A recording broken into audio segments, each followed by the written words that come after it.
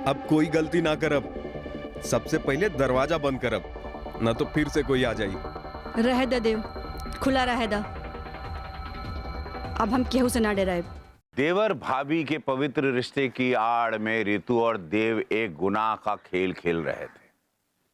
दोनों ने देवर भाभी के रिश्ते की सारी मर्यादा ही तोड़ दी थी।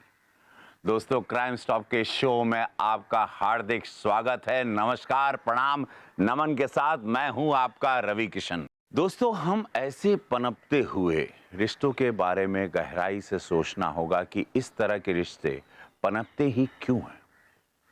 वो कौन सी सोच है जो किसी को इस तरह के नाजायज रिश्तों की ओर चलने के लिए मजबूर कर देती है। इसमें क्या गलत सिर्फ एक होता है या और लोग भी ऐसे होते हैं जो इसकी वजह बनते हैं। आइए देखते हैं क्राइम स्टॉप। आप रहिए सुरक्षित।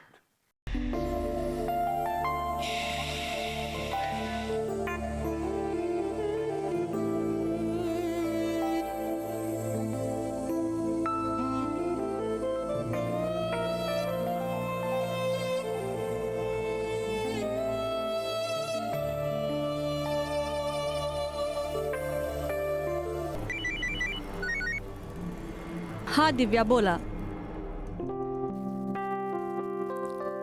सब बहुत बढ़िया चला था। तू बतावा कैसन बाड़ो? अरे यार, अब तो हके का बताई। ई कोनो मन्नत मंगले बाड़न, बस वही का पूरा होके के इंतजार बा। अच्छा सुना, अब तो हम बाद में बात करते। नहीं, बहुत सारा काम बा घर में। ठीक बा, चला, ध्यान रखा।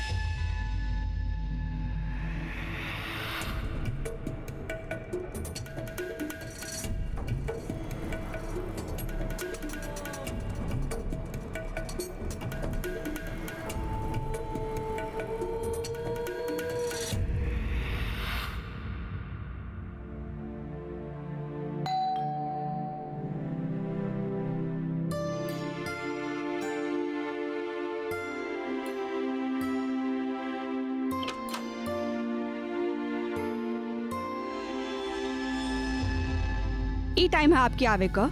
काल से ऑर्डर देले बानी और आप लोग फोन काहे उठावे नहीं? पता बा कितना बार फोन कइले बानी हम। अब देखत का बाड़ा, कुछ बोलत काहे नहीं खा? अजीब बाड़ा, गूंगा भारत नहीं खा?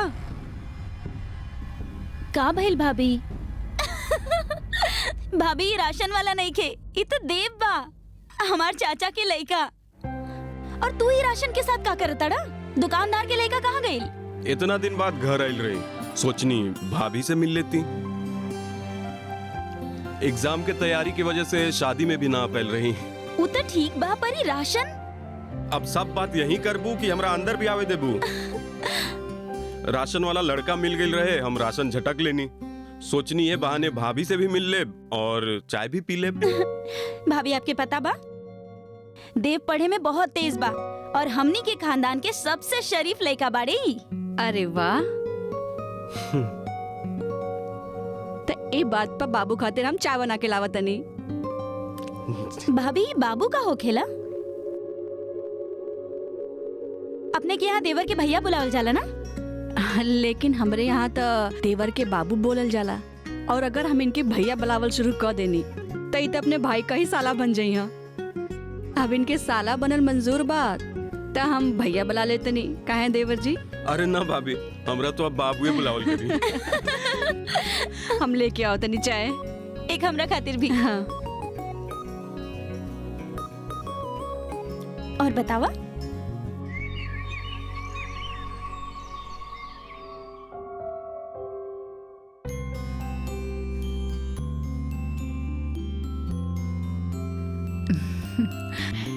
हम पिछला जन्म में जरूर कोनो पुण्य कहले रहनी, जे देव जैसन होनहार और शरीफ बेटा मिलल बा हमके। देव, खाना खा ला बेटा। रख दी माँ। अगर जिंदगी में कुछ खास करे के बा तो मेहनत तो करे पड़ी ना। अरे कौन सा किताब में लिखल बा कि खाली पढ़ाई करा, टाइम पे खाना मत खा? हाँ,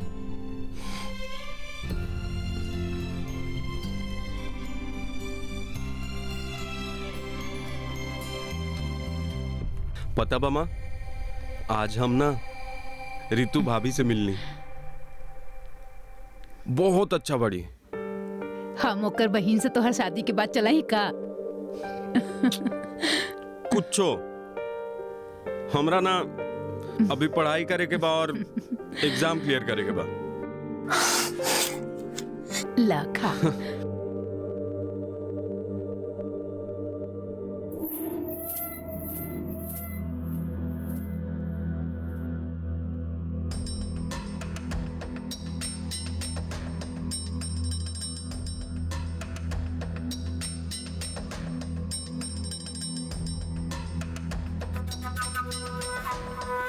अरे भाभी।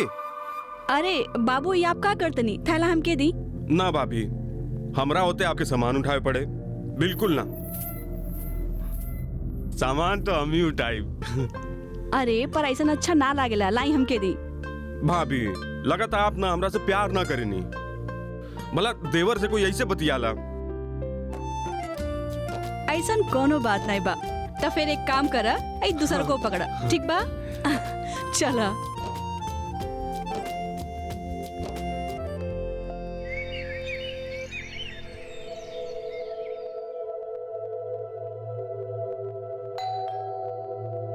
ए समय पक्के हुई। हम देखा तानी भाभी।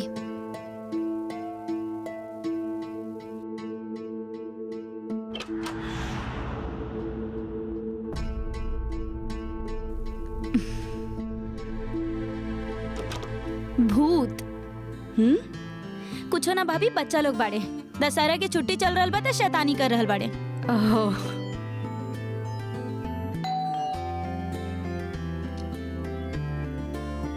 तू रुका, हम पकड़ते नहीं है भूत के।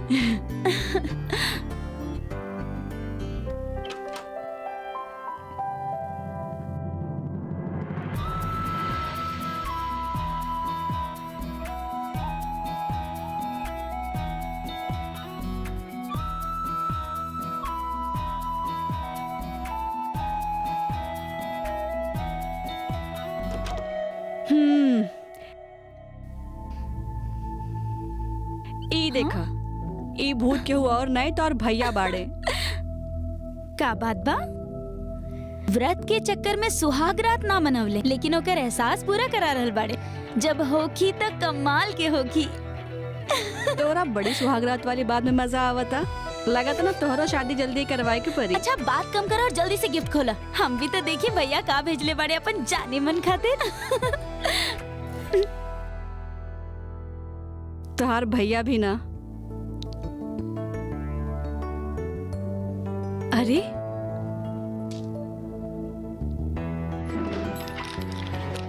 चॉकलेट।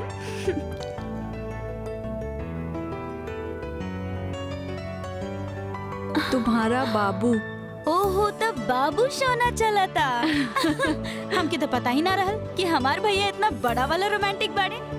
वैसे मैडम तू ना कम रोमांटिक ना बाड़ू। भाभी हाँ रवि, हाँ अभी आवता नहीं। ई रवि के है। ऐसन कुछो नहीं खे भाभी, ऑफिस में हमरा साथे काम करेला। ओकर पेन ड्राइव हमरा पास बा तो बस उहे देवे जा रहल बानी। आवता नहीं। ठीक बा।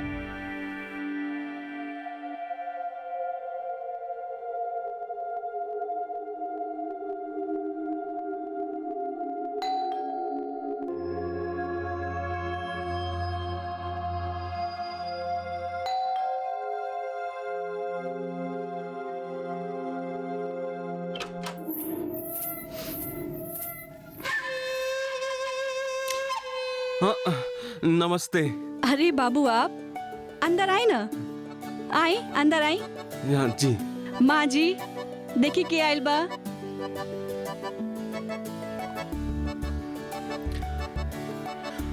भाभी जी, जौन दिन से आपके हाथ के चाय पीले बानी ना, उ दिन से सब चाय फीका लागे लग गइल बा। हम तो बस बहाना ढूंढे नहीं आपसे मिले के। हमार मतलब चाय पिए के। अरे ते में बहाना ढूंढने का क्या जरूरत। आपके घर आप कभी भी आई। आप बैठे, हम आप खातिर चाय बना के ले आओ तनी। जी।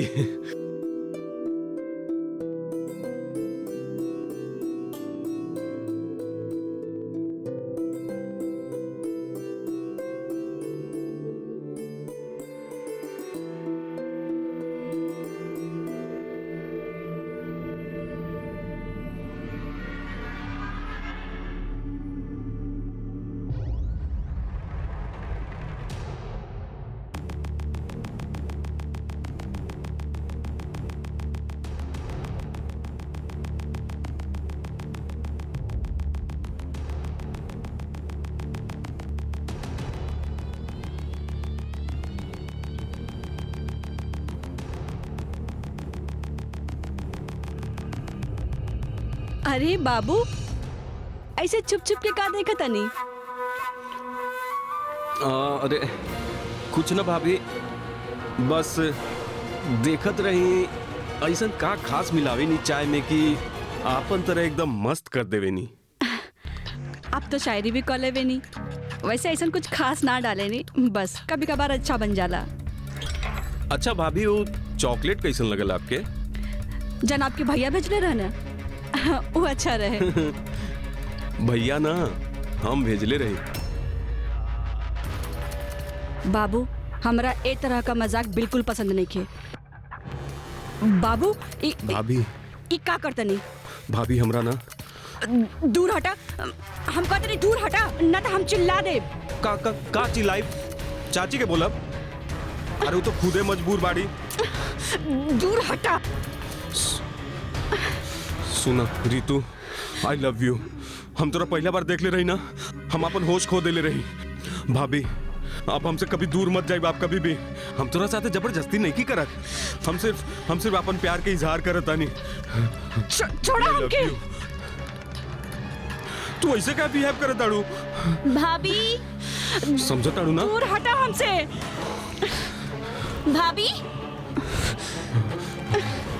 भाभी भाभी का हो रहल भाई सब? भाभी हमरा साथे जबरदस्ती करत ताड़ी। हम इनका बोलले रही गलत बा, फिर भी हमरा साथे जबरदस्ती करत रही। हम मना के ले रही इनका, मत करी हमरा साथे ऐसन, मगर फिर भी। संजना, ई गलत कहा था। आज सवेरे जौन फ्लावर और गिफ्ट आइल है, वो इहे भेजले रहे।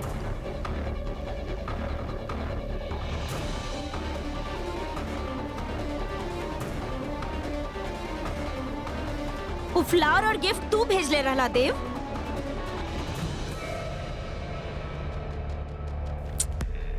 देखा, और जब तू घर से गईलू ना, ओकरे बाद ही घर में घुस आयल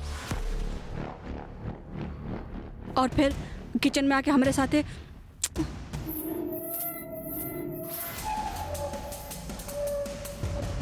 देखा एकरा के सर झुका के खड़ा बा। ई है तोरे फैमिली के सबसे शरीफ लड़का। तू कुछ बोल काहे ना रहल बड़ा देव?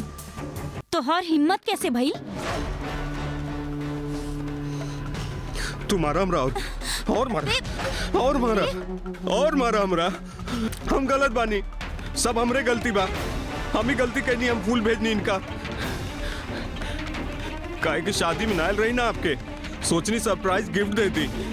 हमरा का पता रहे कि भाभी के नजर हमरा खाती इतना खराब बा।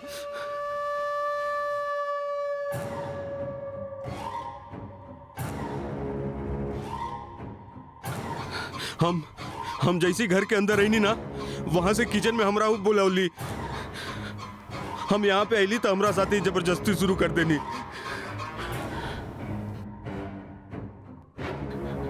क्या हम इनका लिख ले रही गिफ्ट के अंदर तोहार बाबू, पर फिर भी अब पता भी हमरा बोल ले रही कि अब समझ गेल रही कि तू ही बाड़ा। भाभी, हमरा के आपसे ये उम्मीद ना रहे। संजना, हमार यकीन कर, देव झूठ बोला ताड़े। देव का है? बाबू बोला? तोहरा यहाँ तो देवर के बाबू बोलल जाला ना, और अकेले में बाबू के सोना भी बोलत हुई है। संजना, ये बात के तू यहीं खत्म करा और भैया के कुछ मत बताइए, वरना बहुत दुख हुई उनके। भाभी हम आपके हाथ जोड़ के बोला तानी, ई घर के इज्जत ना आपके हाथ में बा। ई तो हम रही आज, अगर कोई और रही ना, आज चाची अगर बोल सकती ना, वो सब कुछ बताई।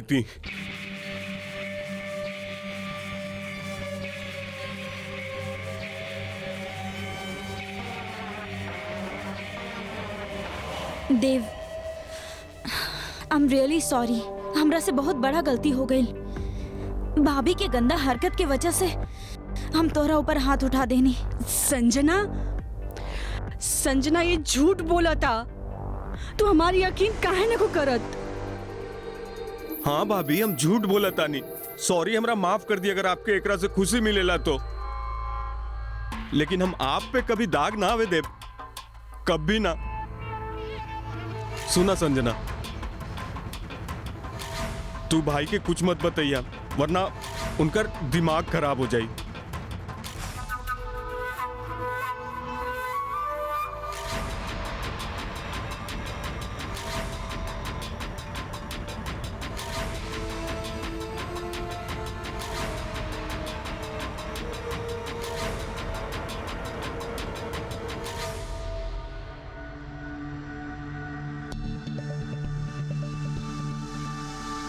अरे देव, हम आईनी और तू चल देला, और तू शादी में भी ना आईला। तावा चला तोरा भाभी से मिलवाओ तनी, चला। अरे सुनो तो,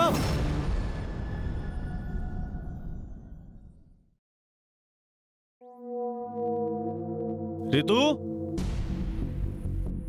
रितु रितु, ऊ ना आई है। काहे ना आई? का भेल? उनका से ही पूछ ली ही। कम से कम इतना शर्मनाक बात हम अपना मुंह से तो ना कर सकेनी। शर्मनाक बात? का बात का बा? रितु, अभी बाहर आवा।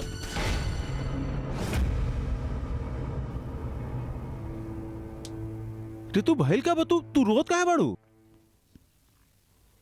हम कुछ ना कहनी है। अरे कहा ना कहलू हो? भइल का बा? बात तो बतावा। आजो देव भैया,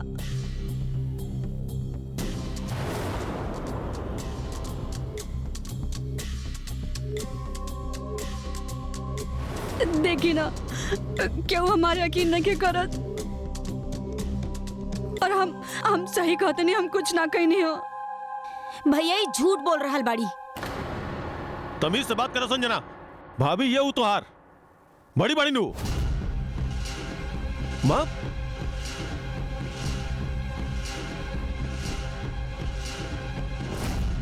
हम बतावतानी ऊ का कहे चाहताड़ी। ऊ ई कहे चाहताड़ी। एक शब्द और ना, एकदम चुप। हम अभी देव से बात करके आवता नहीं।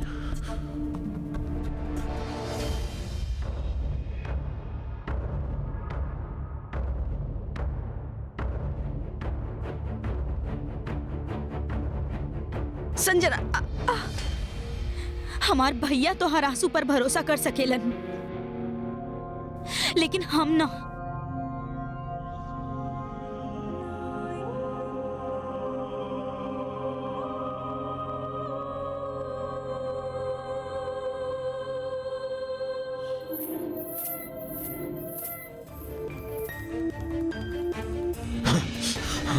तो हिम्मत कैसे भइला? हाँ, भैया छोड़े। रितु के साथ बदतमीजी कर बे भैया तू? छोड़ा, हम बोला था नहीं, हाँ? हम बतावता नहीं सब। अजय, भैया देव के छोड़ा, छोड़ा अभी। का करता रही?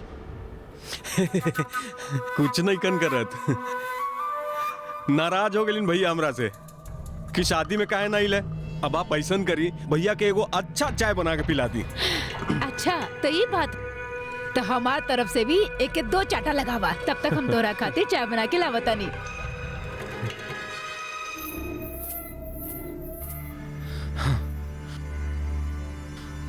भैया हम आपके सब बतावता नहीं। भाभी हमरा किचन में बुलौली और फिर हमरा साथे जबरदस्ती शुरू कर देली। एक खींच के मारब अभी। झूठ मत बोल। देख, हमरा रितु पे पूरा यकीन बा। सच बताओ।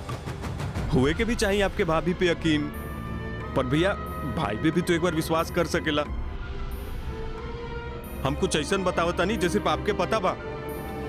आप व्रत कैले रही ना, सुहागरात न मने नहीं आप अभी तक। वो बात खुद भाभी हमरा बतैली और फिर हमरा साथे हमरा तो शर्म आवेला बोले में भी।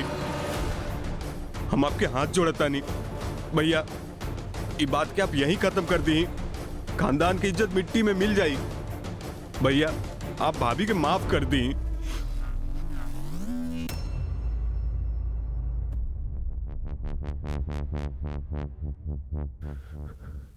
ठीक बतेओ, लेकिन आज के बाद तू हमारे घरे ना आईबा। जब तक हम तोरा ना बुलाई तू साइड आईबा भी ना, समझ गेला ना?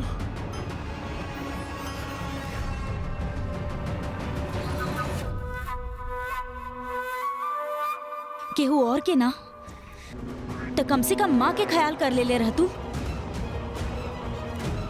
कहीं के ना छोड़ला सही औरत। संजना, हमरा माफ कर दो बहन। एकर चक्कर में हम अपन बहन पे हाथ उठा लेनी। तू का बोलत रहलू तू कि देव झूठा बा? वो तोहरा साथे बदतमीजी कैलस। हमारी यकीन करियो, झूठ बोल रहल बा।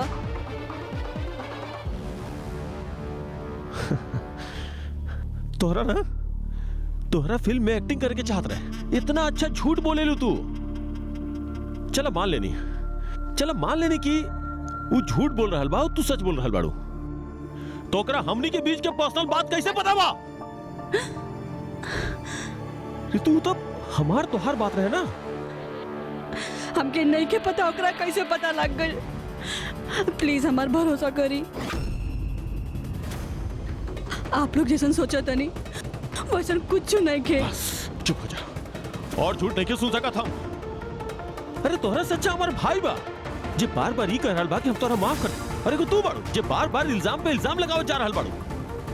अरे अपन करनी के माफी तो मांग ले हो तू।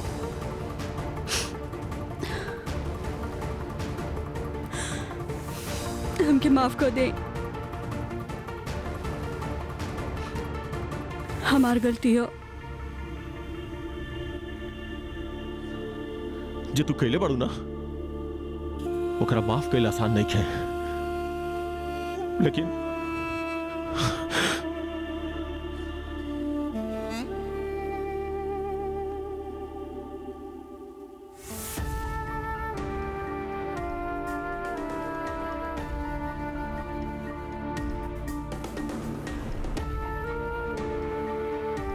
माँ हम कैसे बताएं कि हम निर्दोष बनी? क्या वो हमारी यकीन नहीं के करत? माँ हमार कोनो गलती नहीं के। हमरा नहीं के पता हमार और इनके बीच का बात देव के कैसे पता लग गए।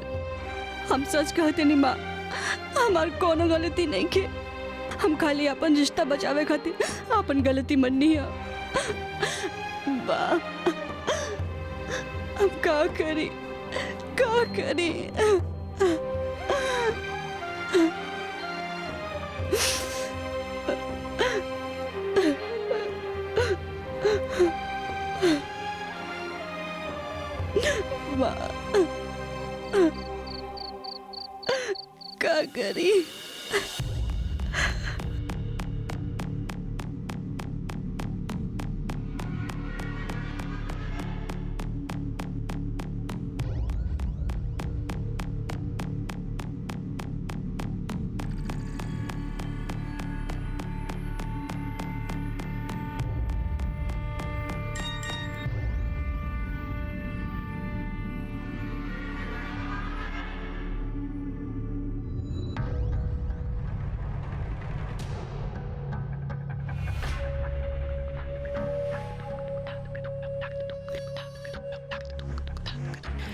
अगर ये मैसेज ये देख ले ना तब पक्का हमें की गलत समझिए। का देख रहल बाड़ू? क्यों कि मैसेज आइल बगा? कुछ नहीं, बस ऐसे ही। देखी हमू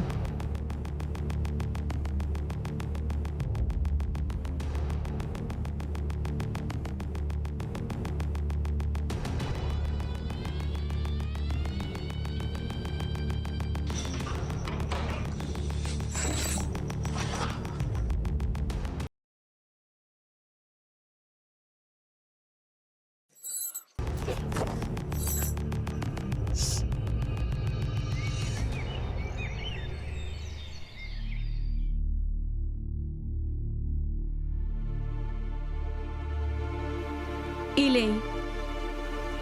तोहर का भरोसा खाना में जहर मिला के हमनी दोनों के मार देबू ताकि अपन नया यार लोग के साथ गुलछर्रा उड़ा सका। संजना प्लीज, माना तानी कि वो गलत के लिए बिया, तू कहे अपन जबान गंदा कर रहल बाड़ू। ओकर कईल के सजा ओकरा मिल रहल बा ना। घर में होखला के बावजूद ना के बराबर बिया वो हमनी खातिर।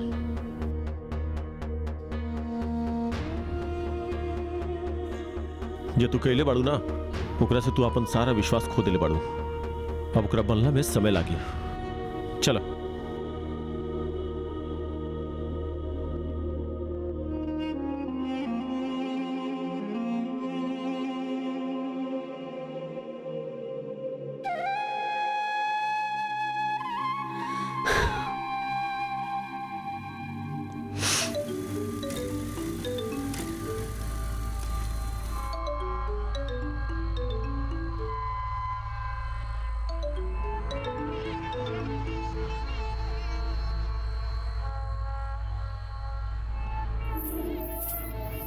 हाँ भाभी, हम आपके हाथ जोड़ो तनी, प्लीज हमके कोनो मैसेज मत करी। तोहरे वजह से वैसे ही हमरे परिवार में कोनो हमारी इज्जत नहीं रह गई। हम कहाँ मैसेज करेनी, कल पहला बार तो कहले रही भाभी। वो भी चलते कहनी का है कि हम आपके रोते हुए ना देख सकेली, आपके आंख में ना आंसू ना देख सकेला हम बिल्कुल भी। भैया आप ऐसा मत बोली, हमारी जिंदगी बर्बाद हो जाए। अरे ना होई भाभी, अगर आप हम क्या बात कर दी तो।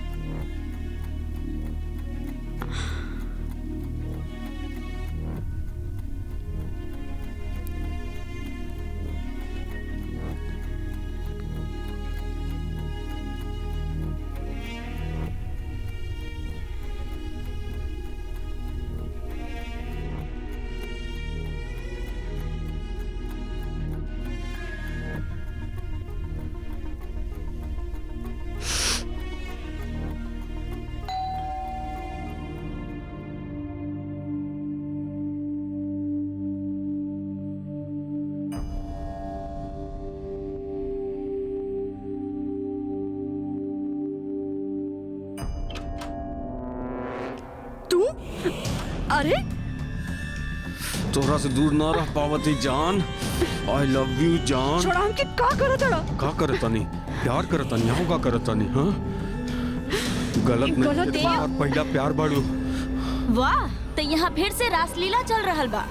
उ तो अच्छा भइल हम अपन फोन यहाँ भूल गए रही, वरना ये सब कैसे देखती।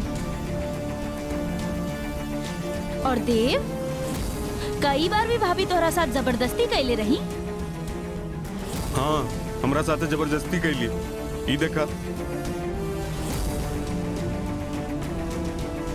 हमरा फोन करके बुलौली। कल चाची ना व्हील चेयर से गिर गईली, हम बिना सोचले समझले दौड़ल चलेली।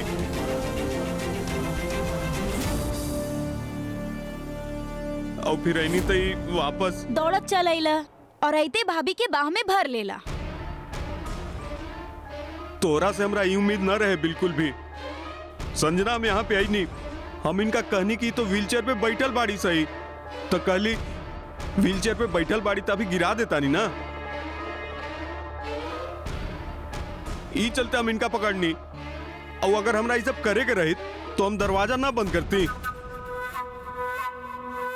संजना फिर से झूठ बोला था। हर बार झूठ हम ही बोलीला। इनका देखा, चाची भी ये बोलल चाहतड़ी।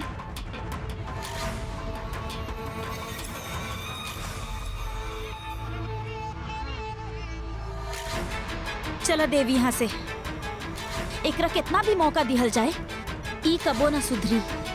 संजना, हमारी बात तो सुना।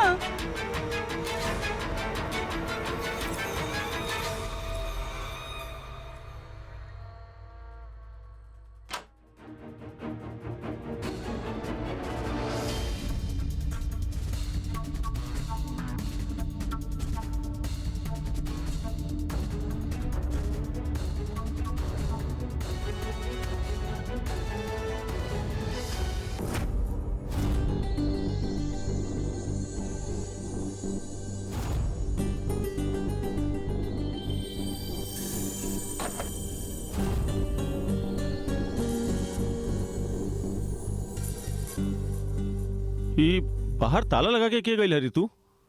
वो आज फिर आयल रहे। हम का करी? भैया एकर बात में मत अइहा, ई बहुत चालू बिया।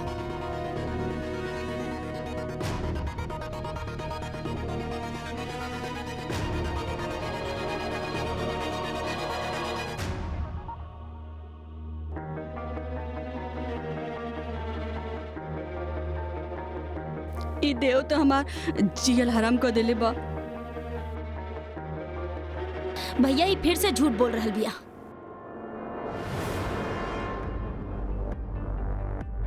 हम बतावतानी आपके भइल का रहे। सुबह हम अपन फोन यहाँ भूल गए रही और जब हम वापस आईनी तो हम देखनी देव यहाँ पर बा और ये दोनों।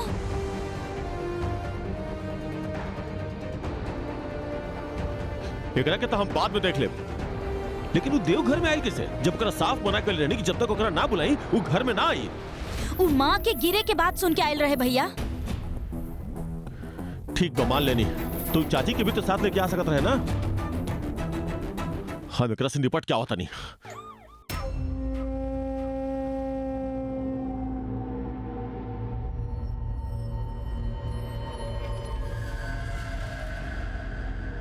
भाभी के कॉल आइल रहे। वो कहली की चाची की तबीयत खराब बा। तो अकेले काहे आई ले? चाची के लेके आ सकत रहे ना। आगे से ध्यान रखब, गलती हो गई। फोन दिखाओ अपन। एकर अंदर हमार पर्सनल मैसेज और फोटो। हाँ हमरा हुए देखे के बाद फोन दिखाओ। अरे फोन दिखाओ हमरा और भाभी के चक्कर चलता। ई में हमार मैसेज बा, भाभी के मैसेज और फोटो बा। जे करे के बा कर ले। हमार चक्कर चलता। प्यार करेली हमरा से। अबे ए, तुम्हारी हिम्मत कैसे फैल रहे? छोड़ हमरा के, छोड़ हमरा के, छोड़। चाची अपने भाभी के साथ? का अपन भाभी के साथ? हमरा तो बोलत के भी शर्म आता। हमें करके छोड़ अपना। अरे अजय, जाके अपन घर पे अपन बीवी की संभाला पहले। कबो भी सांड खुट्टा से ना बंधेला, गाय खुट्टे से बंधेली। और पूरा मोहल्ला जानेला कि हमार बेटा कितना सीधा और शरीफ बा। और तू भी सुन ला देव, अगर आज के बाद कबो अजय के घर कदम रखला ना तो तू हमार मरल मुंह देखबा।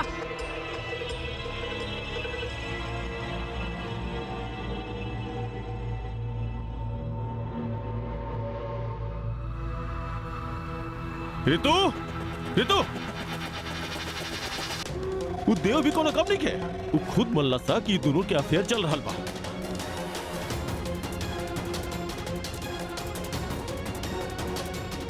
ओकर फोन में ही दोनों के पर्सनल पिक्चर्स तक बा। झूठ बोला था वो।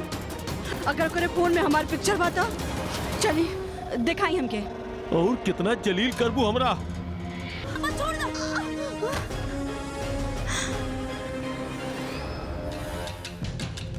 खड़ा हो, चल खड़ा हो, चल। तू यहाँ रह के लायक ही नहीं। चल चल यहाँ से।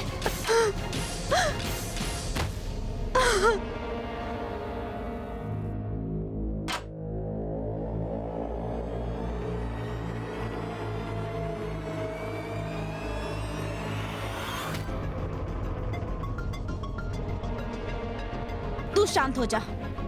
कल हमनी खुद एकर माँ बाप के लेके आई और एकरा उनके साथ भेज दे।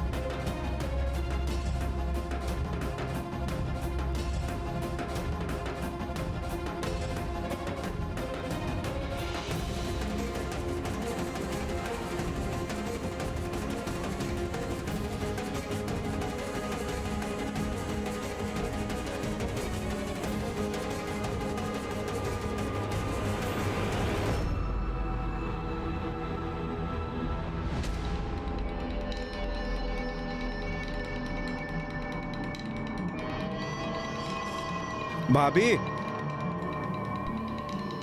भाभी, भाभी, भाभी, भाभी, भाभी, भाभी, आप चिंता मत करिए, हम आगे बानी। भैया प्लीज यहाँ से चल जाइए। भाभी बिल्कुल चिंता मत करिए, हम आगे बानी, सब ठीक कर दूंगा। भाभी हम आपके ये हालत में छोड़ के ना जाए।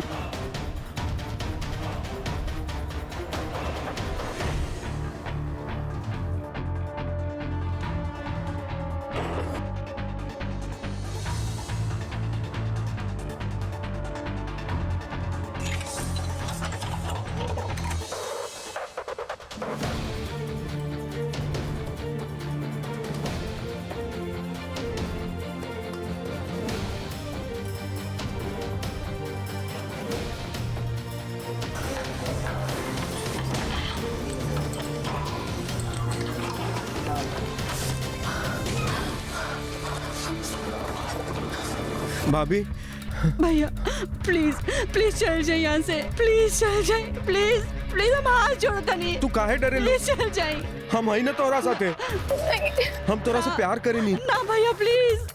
अब तो हम भैया के भी बोल देले बानी, वो यकीन कर लेलन। वो हम सब संभाल ले, पर प्लीज हमारी जिंदगी और बर्बाद मत कर भैया। एक तो भैया भैया कहना बंद करा।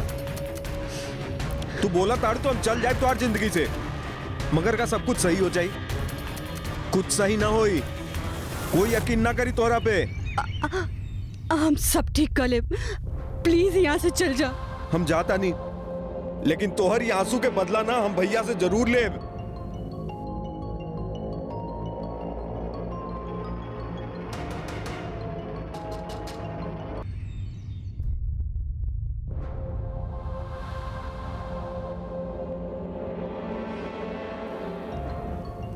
संजना,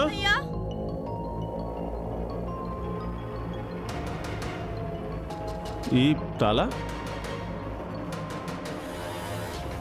हम ना खोलनी।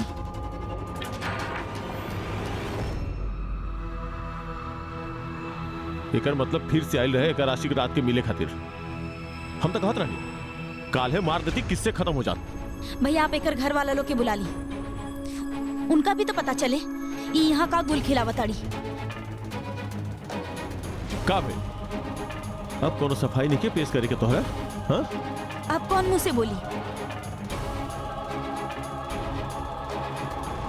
सुना, शाम के जब हम वापस आए ना ऑफिस से तो अपन बोरिया बिस्तर बांध के रखिया। और हाँ, ये अपन गुलछर्रा के कार्यक्रम ना आज रद्द, कल से अपन घरे।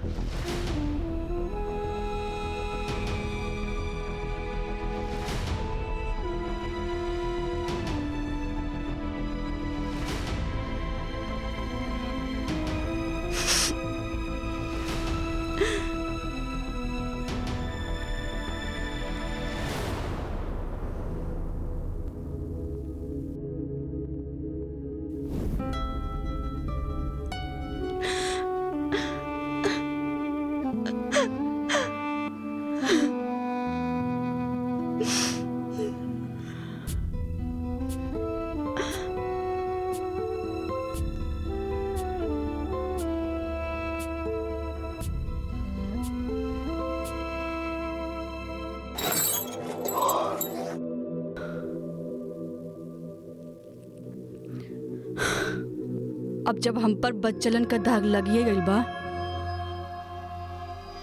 तो काहे ना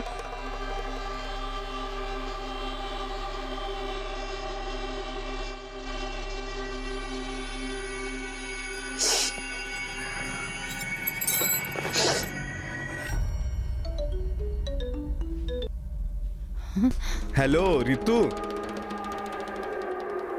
देव, घर पे क्यों नहीं के तो तू आ जा, लेकिन तोहके हमसे एगो वादा करे के पड़ी कि आज के बाद तू हमसे कबो ना मिलबा। हम वादा करत हई, हम आज के बाद तोरा से कब्बो ना मिलब। यह अपन आखिरी मुलाकात हुई, हम आवत आनी।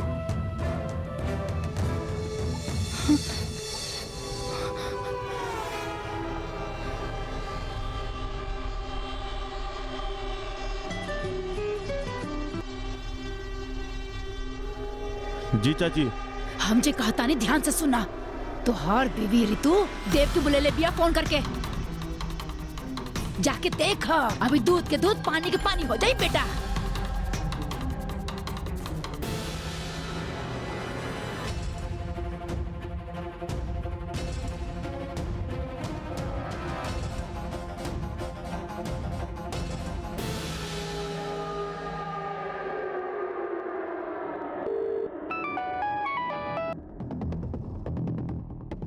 हेलो कौन?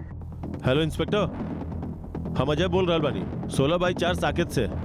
हम रउआ के बतावे खातिर फोन कैले बानी कि अभी हमार घर में 30 मिनट के अंदर डबल मर्डर होके वाला बा। रउआ के हमरा अरेस्ट कर सकेनी।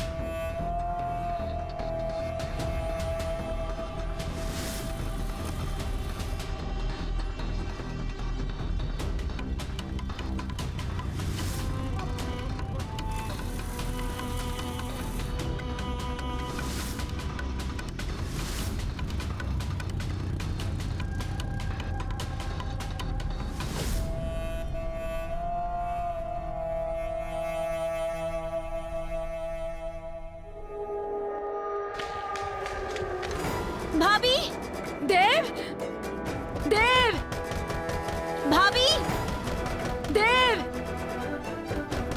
भाभी, कहियो नहीं खेती खात। चाची कहीं वो दोनों भाग तो ना गए? ना ना, हमार देव कबो ऐसा ना कर सकेला। देव, भाभी, ए बेटा, अरे भाभी, देव, रितु, भैया दरवाजा बंद बा। वो दोनों अंदर बाड़े। दरवाजा खोल। हम कहते हैं दरवाजा खोल। देव, बेटा दरवाजा खोला। देव, दरवाजा खोल। रितु, आज दोनों के हम छोड़ब ना। देवर भाभी जैसन पवित्र रिश्ता के ई लोग अपन जलील हरकत से हम लोग के ऐसा हाल करब ना, कबो के वो ऐसा कुछ ना कर पाई। हम कहते हैं दरवाजा खोल। पीछे आई।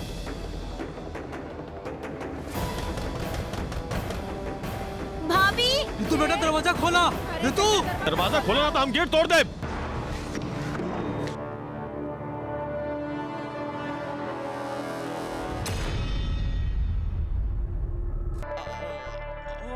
आखिर तू लोग ना हमके ऐसन गुनाह करे पर मजबूर कर ही देला।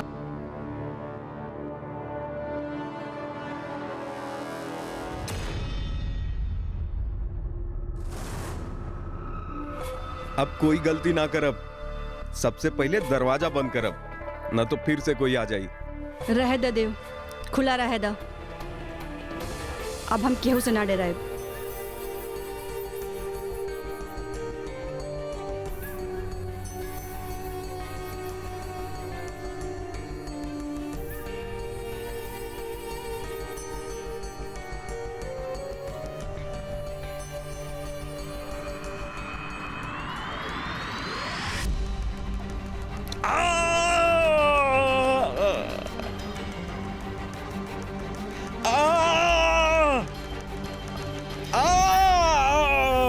अगर आप हमार तनी को यकीन कैले रहती ना तो हमरा ई करे के जरूरत ना पड़ी।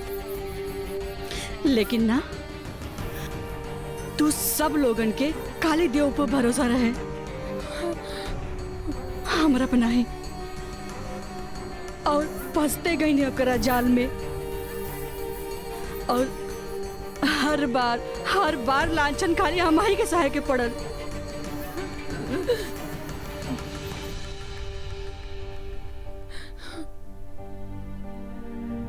ऋतु,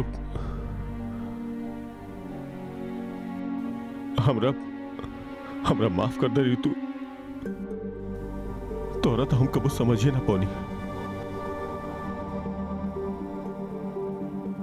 हर बार हम तोहरे गलत समझत रहे।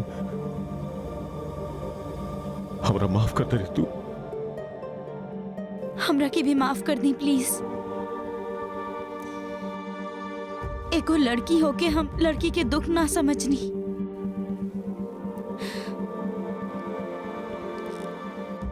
और आपके साथ बहुत बुरा बर्ताव कईनी।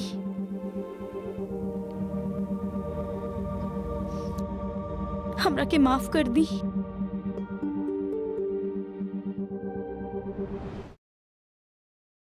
शायद रितु ने जो किया वो कानूनी तौर से गलत है, लेकिन सोचने वाली बात है कि रितु की बर्दाश्त की सारी हदें पार हो गई थी। तब जाकर उसने ऐसा कदम उठाया। अगर अजय और उसकी बहन ने रितु का साथ दिया होता तो रितु के साथ ना ऐसा घिनौना काम होता, ना ही वो कातिल बनती। यहां सिर्फ रितु की नहीं बल्कि अजय और उसकी बहन की सबसे ज्यादा गलती है। काश वो रितु को बचा पाते, काश चुप्पी देव जैसे मुजरिमों को बढ़ावा देती। ये चुप्पी ही देव जैसे मुजरिमों को बढ़ावा देती है। आपके साथ हो रहे जुर्म के खिलाफ आवाज उठाइए, कृपया प्लीज, हम आपके साथ हैं। आप देख रहे हैं क्राइम स्टॉप। आप रहिए सुरक्षित। जय हिंद, भारत माता की जय।